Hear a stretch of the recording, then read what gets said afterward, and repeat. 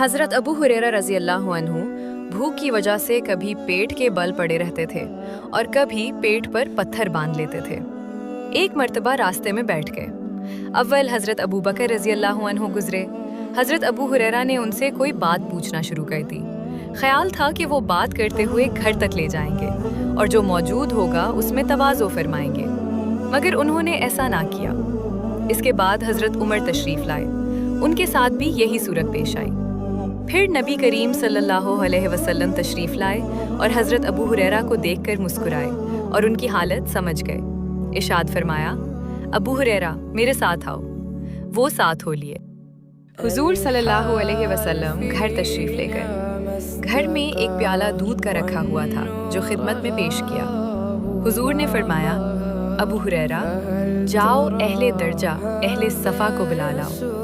اہل صفا وہ لوگ تھے جن کے نہ گھر تھے اور نہ کوئی ٹھکانہ۔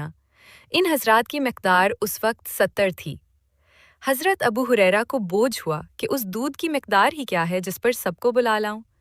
ایک آدمی کو بھی مشکل سے کافی ہوگا، لیکن حضور صلی اللہ علیہ وسلم کی اطاعت کے بغیر چارہ ہی کیا تھا۔ وہ گئے اور سب کو بلا لائے۔ حضور نے ارشاد فرمایا کہ لے ان کو پلا۔ وہ ایک ایک شخص کو پیالہ حوالہ کرتے اور وہ خوب سیر ہو کر پیتا۔ اسی طرح سب کو پلایا۔ پھر حضور نے پیالہ دست مبارک میں لے کر انہیں دیکھا اور تبسم فرمایا۔ پھر فرمایا کہ بس اب تو میں اور تو ہی باقی ہیں۔